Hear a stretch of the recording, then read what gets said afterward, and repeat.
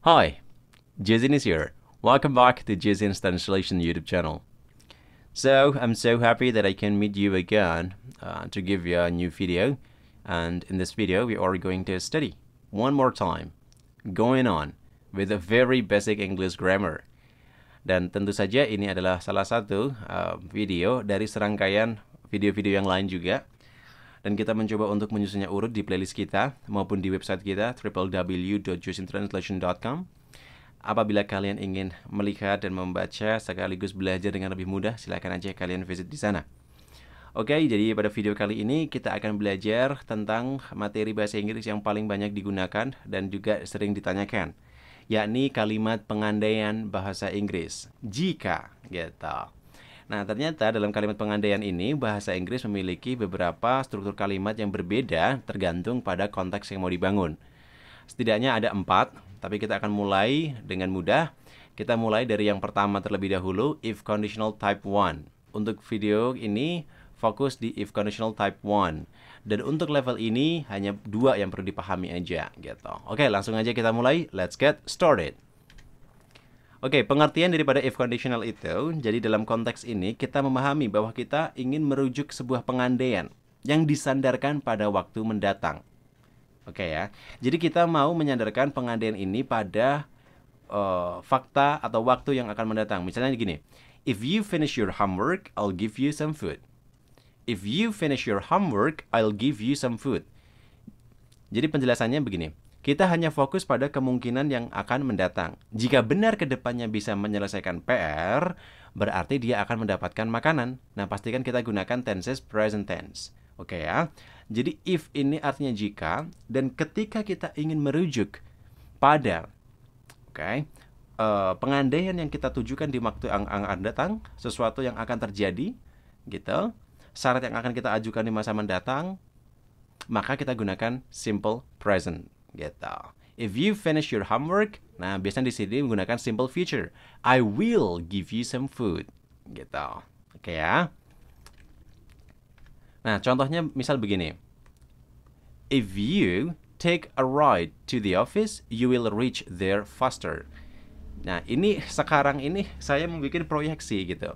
Jadi nanti kalau kamu naik motor ke kantor, kamu akan sampai sana lebih cepat gitu. Jadi nanti, misal kamu naik motor, maka kamu akan lebih cepat gitu. Jadi kita fokusnya pada masa yang akan datang gitu. Nantinya. If you take a ride to the office, you will reach there faster.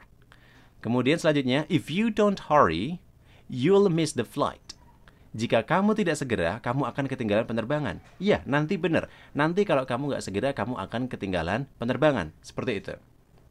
Kemudian, if it doesn't rain, we are going to play football. Kalau nanti tidak hujan, kita akan bermain sepak bola. Kemudian, if you are thirsty, just take the water in the fridge. Jika kamu haus nantinya, ambil aja air di kulkas. If the phone rings, can you answer it please? Jika teleponnya berdering, bisakah kamu menjawabnya? Nah, dalam konteks if conditional 1 ini yang merujuk kepada waktu yang akan mendatang, kalian bisa gunakan yang pertama, you will reach.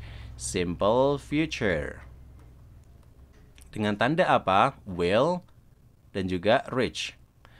Oke, kemudian selanjutnya are going to.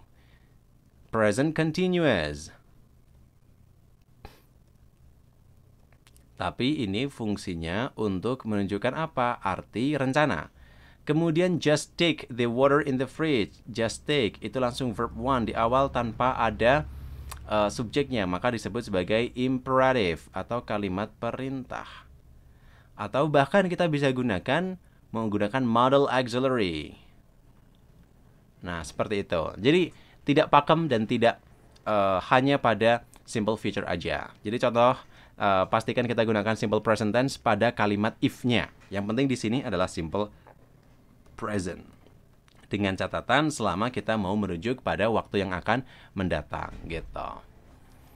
Kemudian selanjutnya, variasi struktur kalimatnya. Nah, di sini kita gunakan koma jika kalimat if berada di depan. Jadi if ini bila di depan kita taruh koma sebelum kita masuk pada kalimat intinya. If you take a ride to the office, you will reach there faster. Tapi kalau kita taruh kata intinya di depan, kita tidak perlu sisipkan koma. You will reach the office faster if you take a ride. Seperti itu. Kemudian ada perbedaan di sini, yakni kapan kita gunakan if dan kapan kita gunakan when, terutama untuk if conditional one. Nah, sebagai penunjuk waktu, kedua kata ini perlu diketahui perbedaannya. If, kita belum yakin terhadap kemungkinan mendatang, jadi we are not sure. Jadi kita bikin kemungkinan karena kita nggak begitu yakin. Tapi kalau when, maka kita udah yakin. Contohnya begini. Are you going out later? Apakah kamu keluar nanti? Ini sama ya. Are you going out later? Apakah kamu keluar nanti? Jawabannya beda. Maybe, if I go out, I will lock the door. Mungkin kalau aku keluar, nanti kalau aku keluar ya, akan aku kunci pintunya. Nah, ini kemungkinannya. Jadi nanti kalau aku keluar, aku akan kunci. Tapi di sini, are you going out later? Yes, I am. Nah, ini menunjukkan arti keyakinan. Ya. Dan when I go out, I will lock the door. Ketika aku keluar, aku akan mengunci pintunya. So, this is a part of the plan, bukan pengandaian. Seperti itu. Itu adalah penjelasan berkenaan dengan if conditional type 1. Dan semoga video ini membantu kalian untuk memahami, ternyata dalam konteks grammar tidak begitu sulit ya. Oke, mungkin itu saja yang bisa kita jelasin dan kita akan ketemu lagi di video yang lain. Kalau kalian punya komen, kalian punya saran, ataupun mungkin advice, silahkan aja kalian drop down on comment box below. So, see ya international and sociable people. Bye then. Dadah!